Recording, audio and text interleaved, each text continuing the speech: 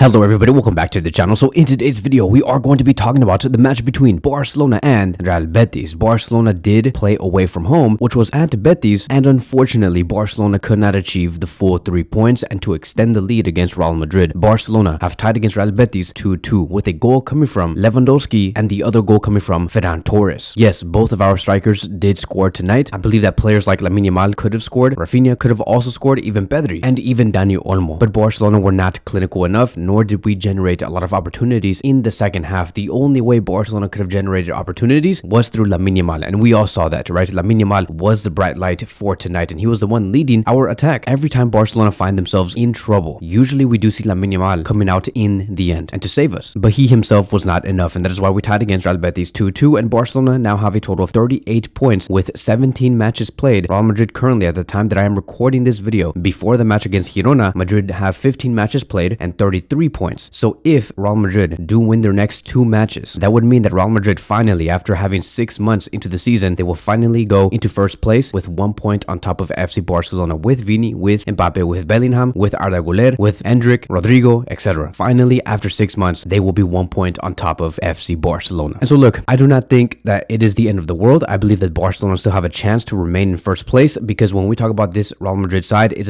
is a side that does suffer with injuries, that does suffer with chemistry, that does suffer with finding good form on the pitch, and a team that does suffer from getting the best out of their players. The season is very long. Barcelona can still win multiple matches. We have still yet to play Real Madrid at our own home. We still have many other games, and it is not the end of the world. I know that there's a lot of tensions, frustrations, that Barcelona should have won this match, but it is what it is. We are going to be having our highs and lows, and the only thing that we can get from this is to learn from it and to upgrade our character. Yes, it is true that people are pointing out that Hansi Flick has only won 5 points in the last 5 La Liga games for FC Barcelona, but at the end of the day, we are in first place in the league. We are doing very well in the Champions League and very much alive in everything. So while they are going to paint this narrative and this picture that Barcelona is doing bad, don't fall for it. Barcelona is in a very good position within all realms. We are one of the best performing teams overall. Like, notice how nobody's talking about how Real Madrid lost against Athletic Club not too long ago anymore. Nobody talks about how Man City tied against Crystal Palace 2-2 anymore, right? That story is gone. No one is talking about how Bayern Munich got kicked out from the competition from Bayer Leverkusen a few days ago. Nobody's talking about that now. But with Barcelona, for some reason, it is always the end of the world. So like, these losses, these ties that we get, it is completely normal. And so what we're going to be doing in this video is speak about exactly what happened in this game. And so let's do this. So let's start with the first half. On the second minute already, Real Betis had a huge chance after seeing one of the forwards of Real Betis try to header the ball in, with Rafinha coming in last minute to kick the ball out. It was a huge chance for Real Betis. Barcelona knew that they had to get much better in terms of the defensive performance, because Real Betis were not here to play. And then a minute later, Abde found himself a chance after a through pass going through the whole defensive line. Abde receives it, and then he was on a 1-versus-1 situation with Iñaki Peña, and Peña blocks the shot of Abde in a freaking amazing way. Peña has really came up in the past few months. I believe that ever since we saw Ter Stegen get injured earlier this season, Peña has really rose to the occasion and is becoming a very, but I mean a very reliable goalkeeper. The Real Betis did not stop. They were very dangerous in all areas. Like I have said in my pre-match preview, Real Betis were going to come over here and play real football. They did not come here to defend. They did not come here to play dirty and try to fall down all the time and look for the fouls and try to score through set pieces. Real Betis wanted to play their football. Pellegrini has always been like that. And so by the 10th minute, this was the stats of Real Betis. They had 2 shots already, 2 on target and 1 big chance. To put that into perspective, in the first 10 minutes, Barcelona only had 1 and none were on target. Real Betis were really dominating in the first 10 to 15 minutes. Vitor Roque also saw a huge chance but shot the ball over the goal. And as we can see here through the expected goal rate, Real Betis in the first 15 minutes had an expected goal rate of 0.52 when Barcelona did not even have 0.1. They had 0.04. Barcelona could not find any chances and they were struggling. Fast forward to the 14th minute, Lamine Yamal had a huge chance after Rafinha made an amazing cross into the box. All Lamine Yamal had to do was tap in that ball into the goal, but then he ends up shooting the ball with his shin, and so the ball went somewhere else and went nowhere near the goal. On the 19th minute, Dani Olmo also found himself a chance. Most of the touches that he was making was through the middle, so every time he did receive the ball by either Alejandro Balde or Lamine Yamal, Dani Olmo tried to look for the long shot because he is one of our best long shot takers. But unfortunately, it was blocked by the goalkeeper. So Barcelona were trying to respond, but Betis, they were pressing in a 4-2-4 formation that prevented Barcelona from playing from the inside. This is the reason why Dani Olmo and players like Pedri or Casado, when they were up into the final third, it was really rare for them to receive the ball. And so because Betis were so congested congested in the middle, it did force players like Olmo or Pedri to move their positions onto the sides of the pitch, which does greatly correlate to what we are going to be talking about later down this video. You guys are going to know what I mean. But yeah, Olmo and Pedri had to move to the sides because they could not find the ball in the middle, and Betis were playing a great defensive game. So even though Lamine Yamal was taking chances, Alejandro Balde was seeing the ball, Rafinha was seeing the ball, we just could not go through the middle. So fast forward to the 31st minute, Kubarsi came down. It was a huge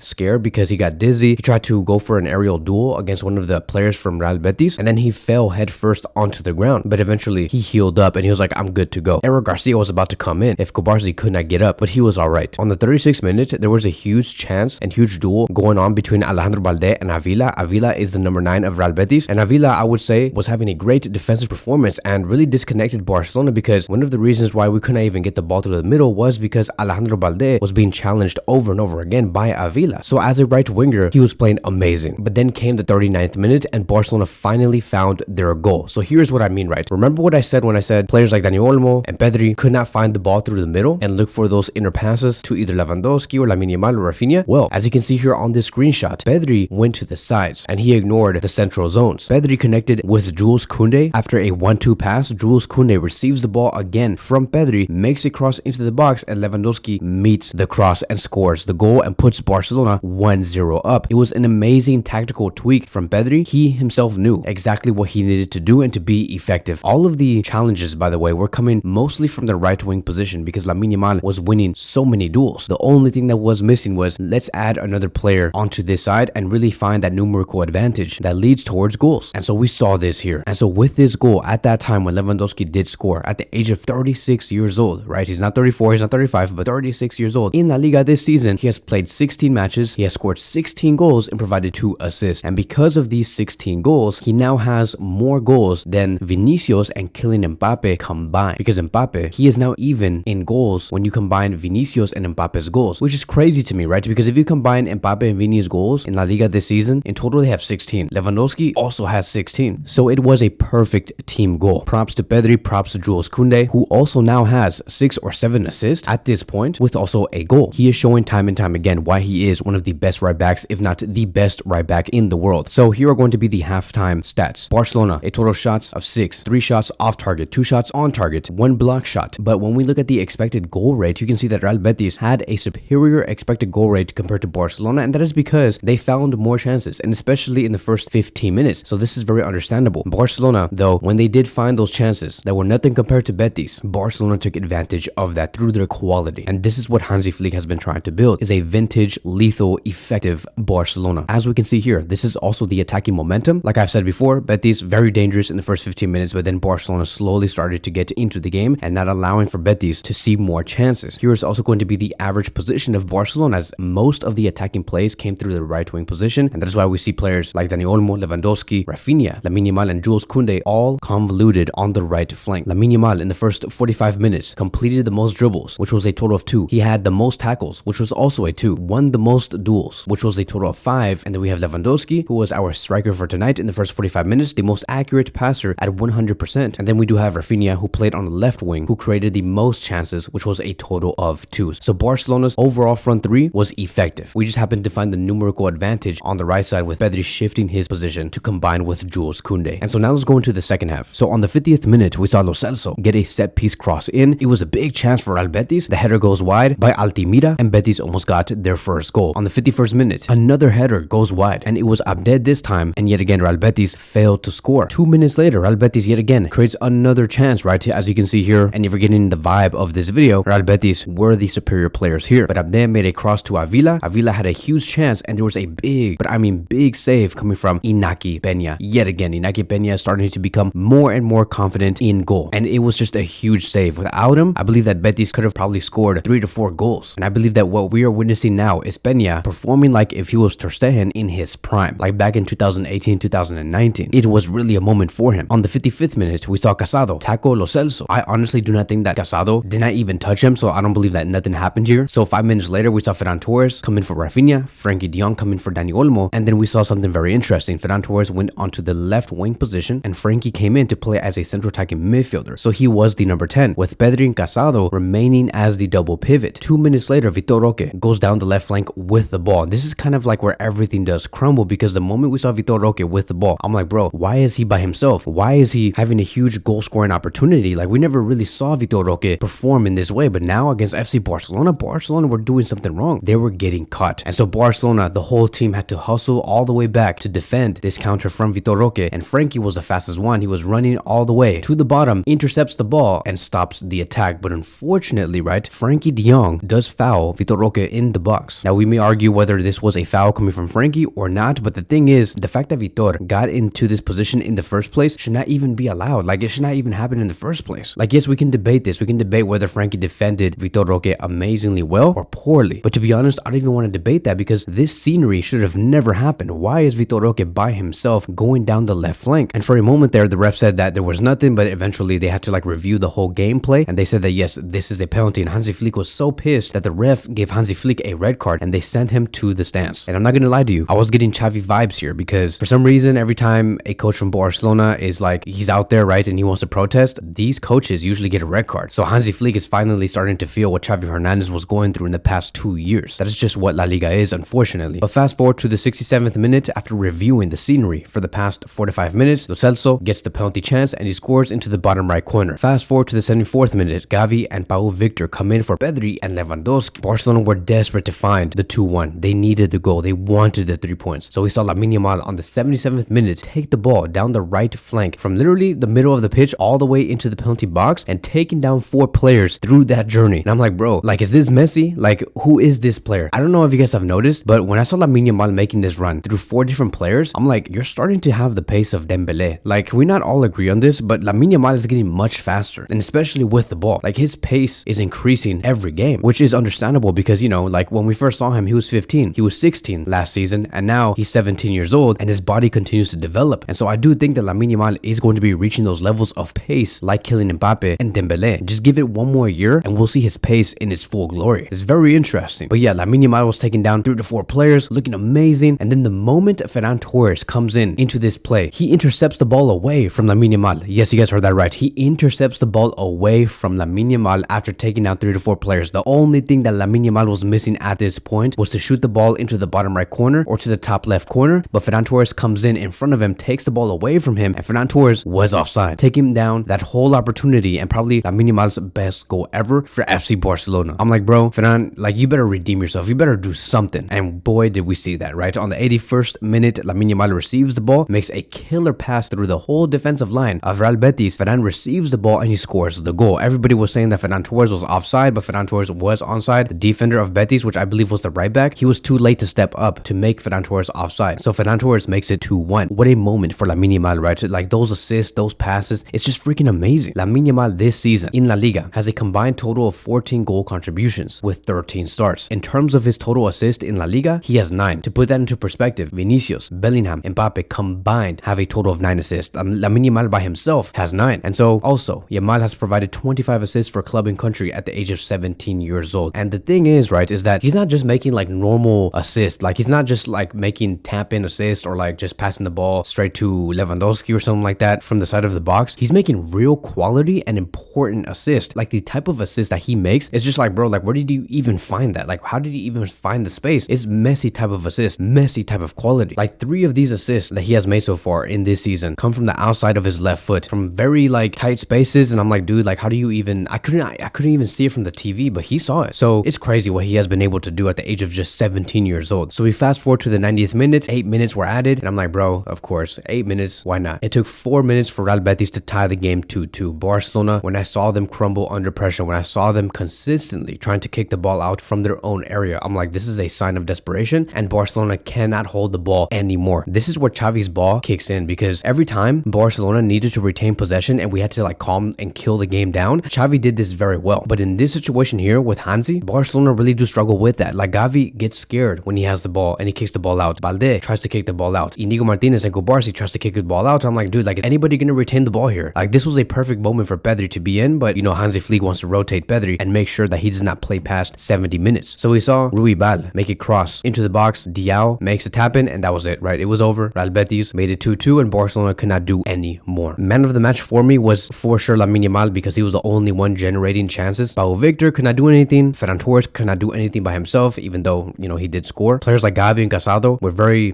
busy trying to defend against Real Betis because Betis were playing the better football. They were playing the better game, kind of like what we talked about yet again before in this video, in the previous video that I have made. Betis came here to play football, and I believe that Betis got what they deserved. They were the better team, and they did not deserve to lose a total of 3 points. And so that is it. That is going to be wrapping up today's video. Thank you guys so much for watching, and I will see you guys in the next one.